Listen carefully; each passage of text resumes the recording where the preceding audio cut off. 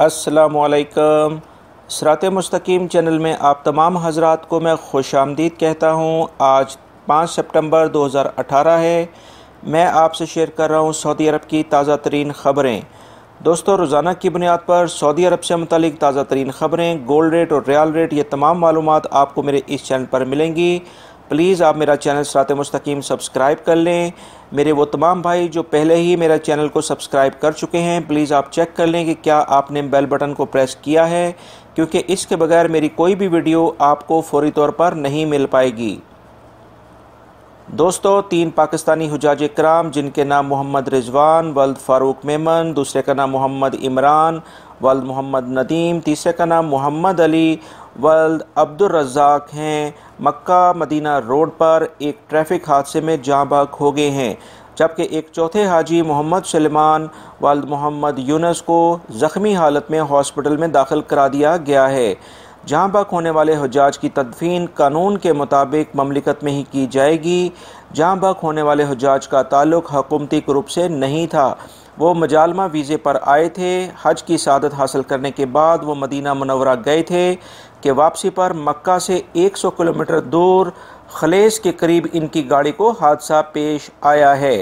याद रहे कि जाँ बहक होने वाले हुज्जाज के कवायफ और शनाख्त ना होने की वजह से इनकी मैयतें मुर्दा खाने के लावारिस सेक्शन में मौजूद थीं कि जिन्हें पाकिस्तानी हुज्जाज के रज़ाकार ग्रुपों ने इन अफराद के अहल खाना के जो कि जाँ बहक हुए हैं, इनके अहल खाना अफराद ने हज मिशन से रब्ता किया कि कई दिनों से इन अफराद का सुराग नहीं मिल रहा है।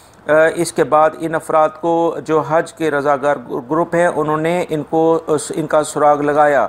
शाह अब्दुल अज़ीज़ हॉस्पिटल में एक पाकिस्तानी डॉक्टर मोहम्मद साद की कोशिशों से इन अफराद के इन जाँ बहक अफराद तक रसाई हासिल हुई और इस तरह से इन हुज्जाज कराम का सुराग मिला। अल्लाह से दुआ है कि इन जाँ बहक अफराद को अल्लाह रब्बुल इज़्ज़त जन्नतुल फ़िरदौस में आला मुकाम अता फ़रमाए, आमीन। और जो ज़ख्मी भाई हैं उनको भी जल्द से जल्द सेहत अता फ़रमाए ताकि वो अपने वतन जा सकें।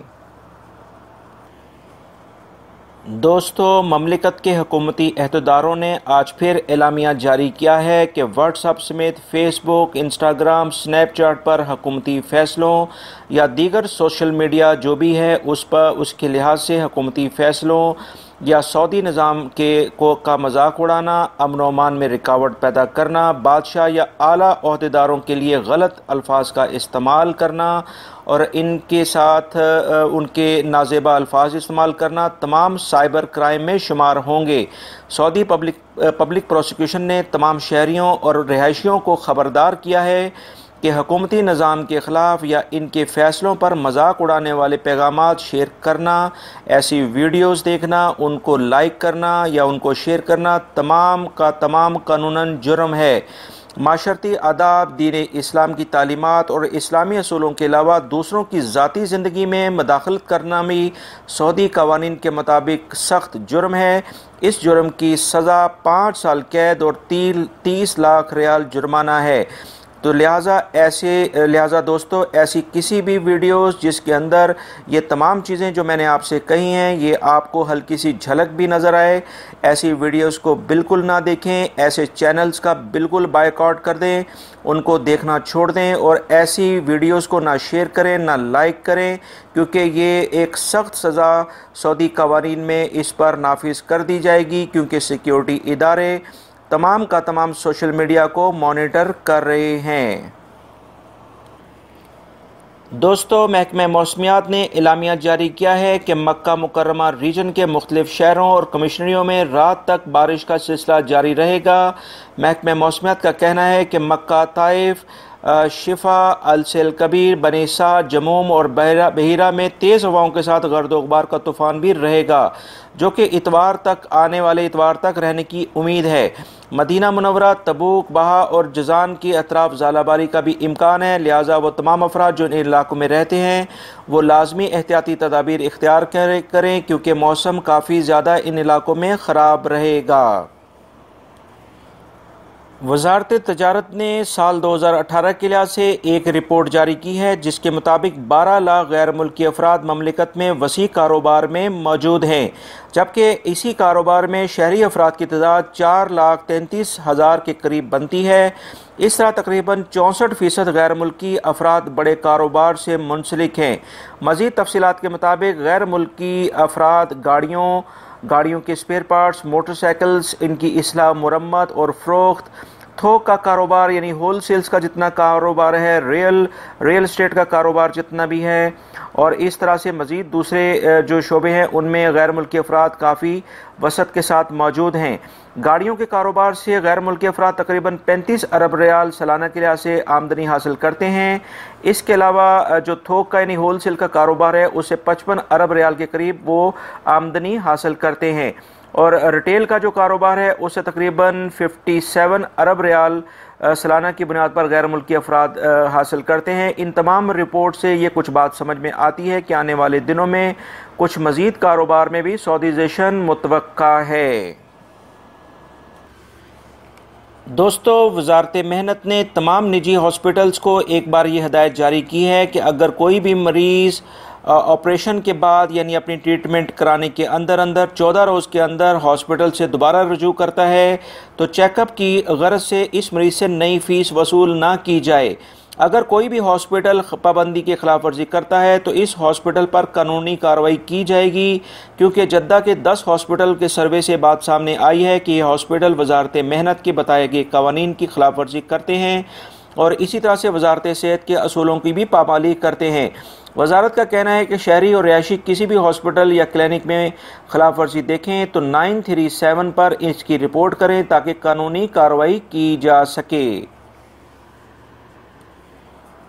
जद्दा में एक 8 मंजिला होटल में आग लग गई जिसमें 325 अफराद मौजूद थे। ये आग दूसरी मंजिल पर लगी, जिसके बाद फायर ब्रिगेड के अमले ने फौरी तौर पर कार्रवाई करते हुए तमाम अफराद को बाहिफाजत होटल से निकाल लिया और आग पर भी मुकम्मल काबू पा लिया है। इस हादसे में किसी फ़र्द के ज़ख्मी होने की कोई इतलात मौसूल नहीं हुई हैं।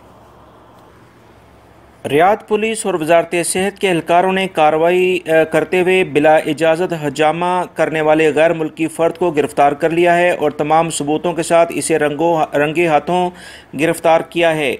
ये गैर मुल्की शख्स सोशल मीडिया पर अपने हुनर का प्रोपेगेंडा कर रहा था। इसे गिरफ़्तार करके मज़ीद तफ्तीश के लिए प्रोसिक्यूशन के हवाले कर दिया गया है।